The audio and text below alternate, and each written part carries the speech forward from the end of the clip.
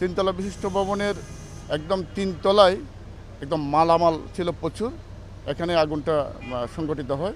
আমরা আগুন লাগার সাথে সাথেই আমরা 3 স্টেশনের এটা গুরুত্ব অনুধাবন করে আমরা 11টা গাড়ি এখানে আমরা নিয়োজিত করি। আগুন বর্তমানে আমাদের নিয়ন্ত্রণে আছে। এটা এয়ারটাইট মার্কেট হওয়ার কারণে এখানে ভিতরে প্রথম আমাদের একটু প্রবেশ করতে গিয়ে ব্যাগ পেতে হয়। এখনও প্রচুর ধোঁয়া, আমরা ধোঁয়া বের করার কাজ করছি। আপাতত পানি মারাটা বন্ধ রাখছি।